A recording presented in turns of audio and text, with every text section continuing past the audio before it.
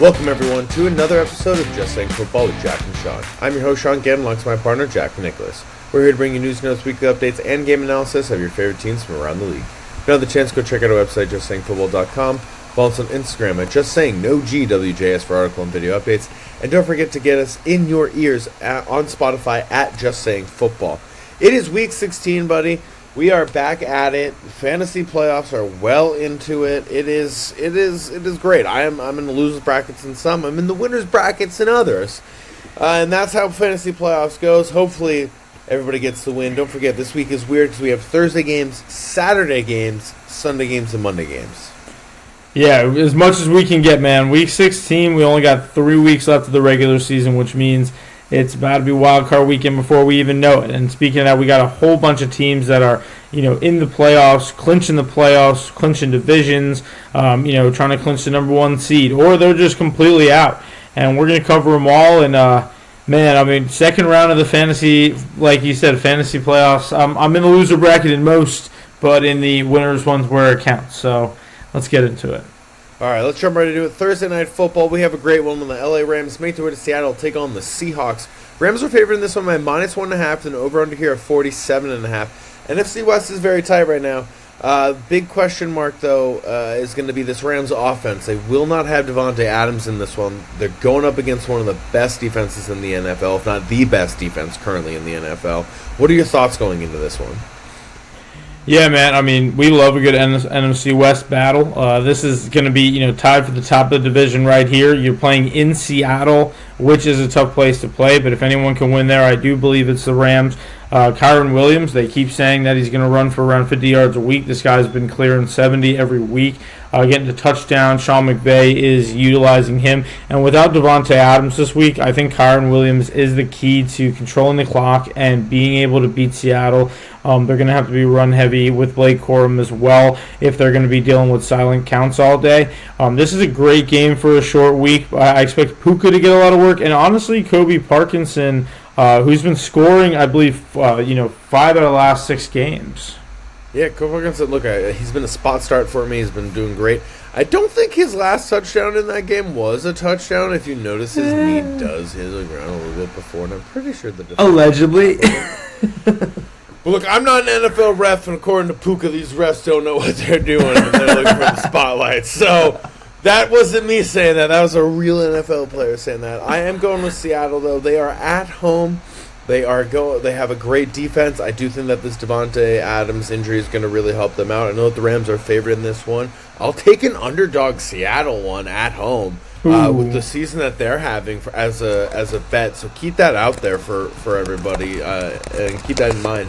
And also, last time Sam Darnold played this team, he threw 4 interceptions. I will happily take the under on 4 interceptions. I don't think that's going to happen again. I have much more faith in this team, especially at home. The 12th man's going to be there. This is a playoff team, and they want it to go through Seattle. All right, and nobody wants to go through Seattle. This is starting to feel like the Legion of Boom kind of era, where this team is going to be loud. It's going to be scary when you have to go out there and play. Yeah, absolutely. Also, I just want to say I think dogs have been great for Thursday. So if you're doing that, ride with Chauncey on that. Absolutely. All right, these are some of the weird Saturday games that we got, so keep that in mind for your fantasy lineups. You have the Philadelphia Eagles making their way to Washington to take on the Commanders. Philadelphia's hitting this one by -6 with an over-under here of 45.5. Jaden Daniels officially shut down for the year. They're going to be going with Marcus Mariota for the starter for the rest of the year. I do think that I'm locked in the Eagles. I don't think there's a question mark about this. We saw what they did to the Raiders last week. I think it might be very similar. It's going to really help them out as they head into the playoffs for the seeding. But also, I think last week you saw them beat up on a team that they absolutely should have beat up, and this is another one of those weeks. So it's going to only build confidence for the Eagles. Yeah, I agree. And, we saw them, in the Black Friday game, a similar kind of time spot there in a random time of the week, and they, lost to the Bears. So they're not trying to put themselves in the spotlight like that again and lose to the Commanders. The Commanders were able to beat the Giants last week, but even me as a Giants fan, I can tell you, not a huge feat this year. But I will say, nothing feels a little more robbed than we do in the night game, right? Yeah, absolutely, because Saturday night has the Green Bay Packers making their way to Chicago to take on the Bears. Packers for this one -1.5 with an over-under here of 46.5. Big news coming out of Green Bay, though, is that Micah Parsons did tear his ACL. So a non-contact injury when he was trying to take down Bo Nix. Ryan Clark had some weird phrasing in regards to having to chase down the quarterback consistently at 110% will lead to wear and tear and can lead to injury, which is essentially what he said. But going into this one, I'm absolutely shocked that Chicago isn't favored, especially considering that they're at home and what we've been seeing with Kyle Monagi and DeAndre Swift and what Ben Johnson has been able to do with this offense. Yeah, I'm going to take Chicago at home. I do think, in prime time, they're at home. They're leading the division. A win here could just shoot them to the top of the NFC North right now and put the Lions in a bad spot. I mean, the winner of this, as long as the Lions, if the Lions were to lose to Pittsburgh later in the week, if the winner of this wins the division. So I think that with that, Chicago is going to play with a big chip on their shoulder. They're going to try to control and try to make they're going to make life hell for that defensive line in Green Bay. I do expect a big Josh Jacobs game. It's going to be a cold one, so I will expect this to be a run-heavy game for both teams. Christian Watson hurt last week right when they get Jaden Reed back as well, so definitely expecting Jaden Reed to get more snaps than he did last week. I'm still taking Chicago. DJ Moore had a huge game last week. On top of that, Roma Dunze managers, totally screwed 1258, and they say that he's out. We had 15% of Roma Dunze starters starting him in playoffs while he's hurt. So, hate to see that. Yeah, absolutely brutal. I am going to lock in Chicago as well. I think this is their game to lose, essentially. They're at home. They're not favored. They're going to have the home crowd. It's a cold game, Saturday night in Chicago. Everything is lining up in their favor. This is the moment. This is why you get Ben Johnson in the building. This is why you draft Caleb Williams. Mm-hmm. This is when everything's supposed to come together. This is a moment where you can not only knock out potentially the Lions in just a couple of weeks, but where you can lock out the Packers and you can hold up the division banner, something you haven't done in the last few years. So this is the moment to do it. This division gets a little bit hectic because they all are going to play each other one more time, I believe. Like Lions play the Bears. Packers are going to play the Vikings again. Lions are also going to play the Vikings. So this division is going to get dirty. The Vikings are out, so they just can play spoiler by adding some losses to some of these teams. So just keep that in mind as we go ahead in these next few weeks before the end of the regular season. But I'm absolutely locking in Chicago. Now let's get into our Sunday games. 1 p.m. Buffalo Bills making their way to Cleveland to take on the Browns. Buffalo's favored this by -10 with an over-under here of 42.5. The only reason why you're tuning into this game is to watch Myles Garrett try to get this sack record. He is just 1.5 sacks away. I am locking in the Bills. It's no questions for me. I'm not going to take the 10. I don't like that spread. Mm-hmm. Just because there's something weird about the Browns defense and the Bills offense where it's just like you feel like they might just play to one another. Yeah, I agree. But I will take them to win. And again, I'm watching this game. It will be something that I'm tuning into, and it'll be on. I got like little 4-screen set up, and I will have it in one of the corners, and in the hopes that Myles Garrett breaks the sack record because I want to see that happen. Other than that, though, absolutely Buffalo. Yeah, James Cook 3 tutties last week. No real reason for us. They just beat a Patriots team that was, at the top, and now we're looking at it like Buffalo. Yeah, Buffalo is ready to, now they got the tiebreaker with New England. It changes everything that they won last week. I agree with you. Going to take them to win. Don't like the spread. I like Cleveland +10 as well. This is, like you said, the Bills' offense. It sounds so good, and especially coming out the comeback, it sounds so good, but it's not. We've seen them have some struggle games, and you were right, Sean. The disruption that these guys can cause for you on the Cleveland defense. Josh Allen, he loves making a good mistake or two. Yep, absolutely. I wouldn't be surprised if Denzel Ward maybe gets an interception. All right, let's keep this moving along. We have the Los Angeles Chargers make their way to Dallas, take on the Cowboys. Dallas is favoring this one by -2.5 and over under here of 49.5. Honestly, I feel like it's a dog kind of day for us today because I'm locking in the Chargers. I am a little bit surprised that the Cowboys are favored, especially considering that they lost to 9 last week. Yeah, that's right. They lost to 9, J.J. McCarthy, who, by the way, has made Jalen Naylor the most fantasy relevant wide receiver, and I hate it. But I'm worried about this Dallas defense, and I do think that Justin Herbert has kind of shown what you and I have believed in here at the show, which is that he is a top-tier quarterback and that he can sort of rise above when the team needs him. It hasn't always been pretty, but I think he's showing that right now, especially when you don't have your starting 2 tackles, both of which are Pro Bowl caliber players. So it's been a hell of a season for them. If you're a Quinton Johnson owner, I'm so sorry, because the start of the season was so great for you, and right now it's just been brutal. Let's see if they can get this passing offense going a little bit better. But Lamar and Hampton, man, just getting it, just getting it done for this team. I do think it's going to be a long day for the Cowboys because of that.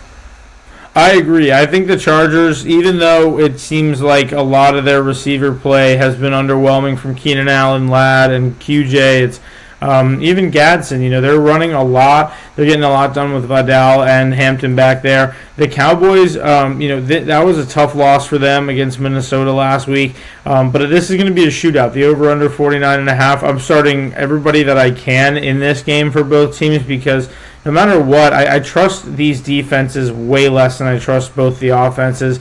I do believe this will be a good old shootout. And, Dak right now still leading the league in passing yards. Justin Herbert, when he has to keep up with somebody like that, he does it. So I like the Chargers as well. Like you said, it's a big week for dogs this week, and we can smell it in the air. Yep, absolutely. All right, let's keep this moving along. We have the Kansas City Chiefs making their way to Tennessee to take on the Titans. Kansas City's favorites by -3.5 and over-under here of 37.5. Neither one of these teams are making the playoffs. Shocking to say with Kansas City in that, but they are out of the playoffs. So they do not have Patrick Mahomes. He also tore his ACL. That's big news coming out of Kansas City. Gardner Minshew is going to be getting the start. I'm going to lock in Kansas City. There's not a whole lot here fantasy relevant except maybe like a spot start with Kansas City Chiefs defense potentially. But with like Worthy banged up, the season that Kelsey's having, Bryce having missed most of the season right now, I'm not putting many Kansas City players in my lineup right now for fantasy, and I'm staying away from this game for betting purposes. If anybody's starting a Tennessee Titans player not named Tony Pollard, though, you are a bolder person than I am. Yeah, I agree. I mean, Tony Pollard, boom game 2 weeks ago. Could have it this week against Kansas City. But like you said, the defense in fantasy is not a bad start if you're debating on who to start. I just think this Chiefs team, despite the Mahomes injury, their heads have not been on the game this season after that Super Bowl loss. They didn't really come back and get better. Rashee Rice, Xavier Worthy have not really played up to where we thought. Same with Marquise Brown. This Kansas City team, if we had Mahomes in this and they were winning, this would be a huge blowout game. But they're favored by 3.5. Not much to say, but I can't believe the Chris Jones thing, man. Chris Jones not even knowing that they were eliminated from the playoffs. How does a guy with 3 rings not know that? You're just so used to always making it, you just don't even think yeah, that's the truth. Yeah, that's true. You're so wealthy, and also again, Kansas City fans, you're leaving games. Shame on you. Shame on you. Yeah. But let's keep this moving along to the New York Jets. Making their way to New Orleans to take on the Saints. Saints are favored in this one by -4.5, with an over/under here of 40.5. Big news coming out of New York: Brady Cook will be getting the start. Tyrod Taylor just feels questionable in this one. Jets let Trevor Lawrence go off on them. I'm just locking in the Saints. I'm saying again, similar game to kind of the last one. Staying away from this game for fantasy reasons. Staying away from this game for betting reasons. I'm only starting Breece Hall, by the way, in fantasy. That's like the only person I'm willing to start, and I am. So. Damn, that's tough. I mean, Breece is good. I mean, especially in the receiving game. And Cook last week, obviously, got a good touchdown. But outside of that, I mean, Trevor Lawrence, 6 touchdowns, no turnovers against the Jets last week. We did not want to see that. The Saints have beaten the Panthers and the Bucks, who are both like playoff-bound teams technically right now with their records in division. So I'll take New Orleans, but this is absolutely, like Sean said, the game you are staying away from. Don't bet, don't do none of that, and don't be starting people on the Jets. You got to be able to stream players on good teams that are going to be able to get you more opportunities at this point in the season. Yep, and speaking of players who might not be starting in games, We have the Minnesota Vikings making their way to New York to take on the Giants. Minnesota's favored in this one by -3 with an over-under here of 43.5. Giants are an 8-game losing streak. The Vikings surprisingly got a win last week in Dallas. I was shocked. What are your thoughts going into this one? Yeah, man. So this is our matchup, right? It's a classic, and I feel like every time that we get to play each other, it's like our teams actually finally get to play each other. We get to cover this game on the show. It's like they're never in the spots we want them to be, except maybe last year. Like week 1, like last year.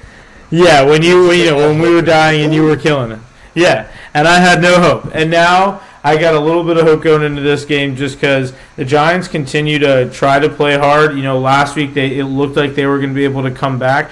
I'm shocked that their defense has been the problem this year, and if anything, hopefully they can use that to rattle J.J. McCarthy. We've seen him have these good games, and then it kind of switches into bad games quickly. So I'm hoping that the defense can disrupt him a little bit. The defensive secondary is going to have to go after Jefferson. Right now, the Giants on an 8-game losing streak, so it's hard to choose that, but I really like what they've been able to do with this offense, and they do have a chance here if Minnesota has a slump game. Yeah, I think that the Minnesota slump game is very high in happening. I'm not going to lie. The main reason is just because I think that you don't know which J.J. McCarthy you're going to get. I do also think this is a chance for this Giants front seven to really make it uncomfortable for him and to make him make mistakes, and that will allow this offense to capitalize. Jackson Dart has that it factor. Hopefully he just slides a little bit more often, stops taking concussions, because half these games he's getting checked for concussions. That's not what you want to hear from your rookie quarterback or from any quarterback at all. Yeah. But I think this is another dog pick that you can definitely take. And I think that McCarthy, Abdul Carter is going to get a sack in this one because he's going to be moving around. He doesn't quite know his way around the pocket yet, which will open up the channels for this Giants front seven. So I'm really liking New York in this one, and sadly the Vikings will get also closer to a higher pick. Let's keep this moving along to the Tampa Bay Buccaneers make their way to Carolina to take on the Panthers. Buccaneers favor this one -3 with an over-under here of 45.5. Now the battle for the NFC South is getting real.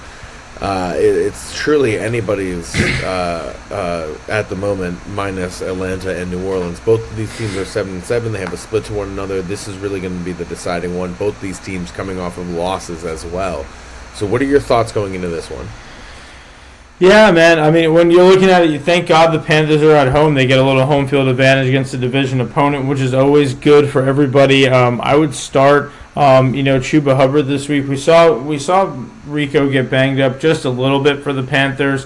Now that the Bucs are starting to get all their people back, I will pick them this week. I do feel a little bit more confident. We saw Jalen McMillan even almost score last week. He's been dealing with a neck injury all year. We have a bunch of options that we were hoping for Tampa would be healthy the whole time was there. So right now, I think New Orleans the last 2 weeks has kind of knocked both these teams down, and now it's like they have to play each other. Somebody's got to win. So I'll take Tampa Bay. I think their defense is a huge factor right now. Their front seven is going to have to be able to stop Carolina's run game because Carolina is killer with the play-action pass this year.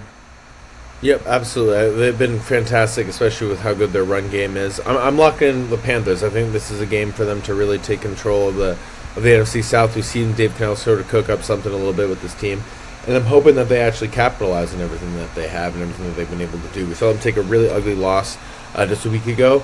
This is your chance. I think winner of this game truly wins the division, not just because it sets you up better to win the division, but I think it will just give you the momentum that you need. This is a sneaky good defense by Carolina, and I think this is an opportunity in front of the home crowd to really show up and show out, and I hope that they do that.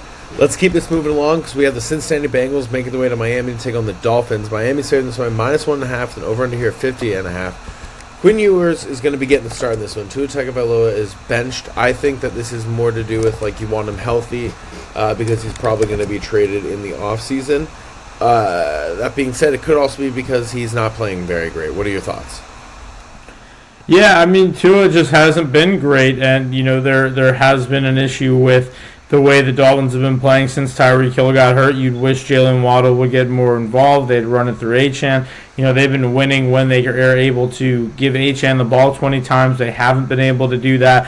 I think the Bengals, despite their record, this has been tough, and I think that they are just continuing to play. I like Joe Burrow, obviously, in this QB matchup this week against Quinn Ewers, and I think that, it'll be a big game for Chase and Higgins if they're both kind of playing at par. Just for the Bengals with their season being done, it's just a good chance for them to kind of show off. They're just not trying to quit. But Miami at Miami, not going to be great for them, and especially with Quinn Ewers, it's going to be his first big start. But I don't think that'll be too pretty with this. It actually couldn't be too bad. The Bengals defense is pretty terrible, but I'll still take Cincinnati on the road. Yeah, I'm going to take Cincinnati as well. We saw a little bit of Quinn Ewers, I think, earlier in the season. It wasn't great. I'm only starting Jalen Waddle because I think that he'll have the looks that he's going to need to be fantasy relevant. And I think you can start Jamar Chase just because it's Jamar Chase. But, again, this is one of those games where both these teams are eliminated. They're kind of just playing. I think Zach Taylor and Mike McDaniels are playing for their jobs right now more than anything. So they're both just open to walk away with the win. I do think it's going to be the Bengals. They have the better offense. I think it should be overwhelming. All right, let's keep this moving along because we have finally a good game. It's the Jacksonville Jaguars making their way to Denver to take on the Broncos. Denver's favoring this one -3 with an over-under here of 45.5. Broncos are on an 11-game win streak. Jacksonville's on a 5-game win streak. And last week, Trevor Lawrence looking like the number one pick that he was. And everything everybody talked about coming out of high school. What are your thoughts going into this one? Yeah, 6 touchdowns, no picks against, we can always say the classic line. Of course, it was against the Jets, but the main thing we're looking at here, can he continue to play clean? Same thing with Bo Nix. Both of these guys, a lot of question marks around them. If they can be great in the clutch, they both have kind of proved this season that they are. And I do think that as far as, my pick, I'm going to take the Broncos. I think they're playing at home right now. They're trying to lock up that number 1 seed. They have now, known they have a chance to kind of lock the division up. They're a little bit ahead of the Chargers. They haven't got it yet, but they could also lock up the number 1 seed. So I think that they're playing for that, and they're going to play the season out. This is another big game for them. Jacksonville, we'll see how those players get up there in that altitude. But, they can't play as good as they did last week, right? No, I don't think so, especially just because they're playing against the Jets. Thank God nobody got hurt on that MetLife turf. I am going to go with Jacksonville, though. I'm going to partially to oppose you. I like another dog pick in this week's episode. I think that this is the momentum that you're trying to build on. I do also think that Denver has to take a loss at some point, I just don't know when. Bo Nix is playing well, not amazing, but well. I still think that they are getting off to incredibly slow starts, and it's something that they should be worried about. You have to get going faster. You cannot keep just sitting and waiting. And so hopefully this offense picks up a little bit, but I like Jacksonville. Let's take the dogs in this one. I think Trevor Lawrence and his boy Jeff Etienne are going to go off. Yeah, Trevor Lawrence, he's obviously found him and Jacoby Myers are now best friends. Brian Thomas finally scores last week. It's on the, a lot of young and big depth receiver course here with both the teams, so I'm expecting them to try to air it out. I don't know where the hell RJ Harvey is, but I think that Jacksonville they have to stay ahead of the Broncos and the Texans right now if they want to. Yeah, name of the game for Jacksonville is to score and score early, try to get up and then hold the lead. Let's keep this moving along. It's the Atlanta Falcons making their way to Arizona to take on the Cardinals. Atlanta's favoring this one by -2.5 with an over-under here of 47.5. I'm locking in Atlanta. We saw Kyle Pitts go off last week. But really, more than anything, I just trust Bijan Robinson. I think that he's going to be able to tear apart this Cardinals defense. But again, there's not many fantasy-relevant players outside of him and Drake London. And I wouldn't start Kyle Pitts after last week. I think it's a trap game. Yeah, I agree. We've never seen them play like that. I will take Arizona just to oppose you. I think that is the definition team of they got nothing else to play for. They're at home. Atlanta's got to travel. I do like Arizona as dogs at home. Jacoby Brissett and Trey McBride, they're just going to keep continuing the stat pad and get things done. Bam Knight hurt last week, so I'm sure This week, the Arizona Cardinals will pull out of their ass somebody coming out of the woodworks, one of their committee backs, and they'll put together a game plan enough to beat the Falcons. But both teams out of the playoffs, nothing too exciting here. Yeah, I know. It's one of those games, All right, let's keep this moving along. So we have the Pittsburgh Steelers making their way to Detroit, take on the Lions. Detroit's favored this by -6.5 and over under here at 49.5. I'm locking in the Lions. I don't think this is a debate. I think that the Steelers got lucky playing against the Miami Dolphins on Monday night.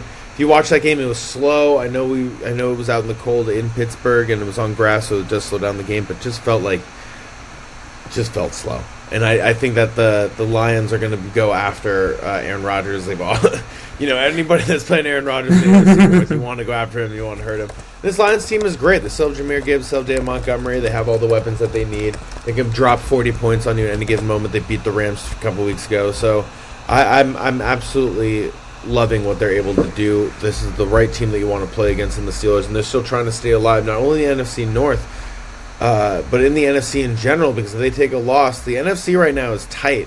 The Vikings are eliminated, and they're 6-8. And I'm not saying that's a good record, but to put in perspective, 7-7 are 8-7 are the Steelers, and there's a chance for them to win the division. So to put this into perspective, you have to play well. You have to win these games right now, and this is a very winnable game for the Lions. Yeah, I think the Lions take it. I do like the 6.5 as well. I don't know how many times Mike Tomlin has to teach me the lesson of him at home, him on the road as a dog. I feel like I tell you it all the time on this show, but I think the Lions, like you said, they have too much to play for. The Steelers got a big win last week with Miami. I think that this is a part of their schedule that's going to get tough. They get Cleveland next week. I think the Steelers get their big win next week to clinch the division or play the Ravens week 18.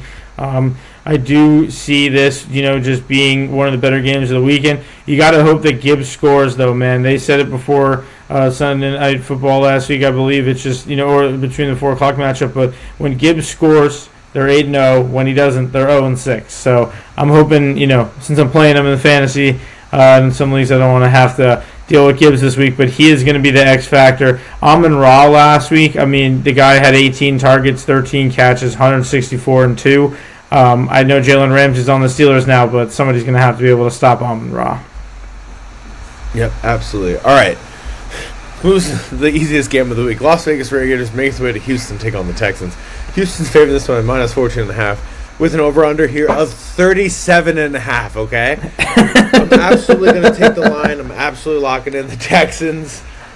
I'm also going to lock in the over, guys. Everything about this game, moneyline Texans, over 37.5, and the spread for the Texans.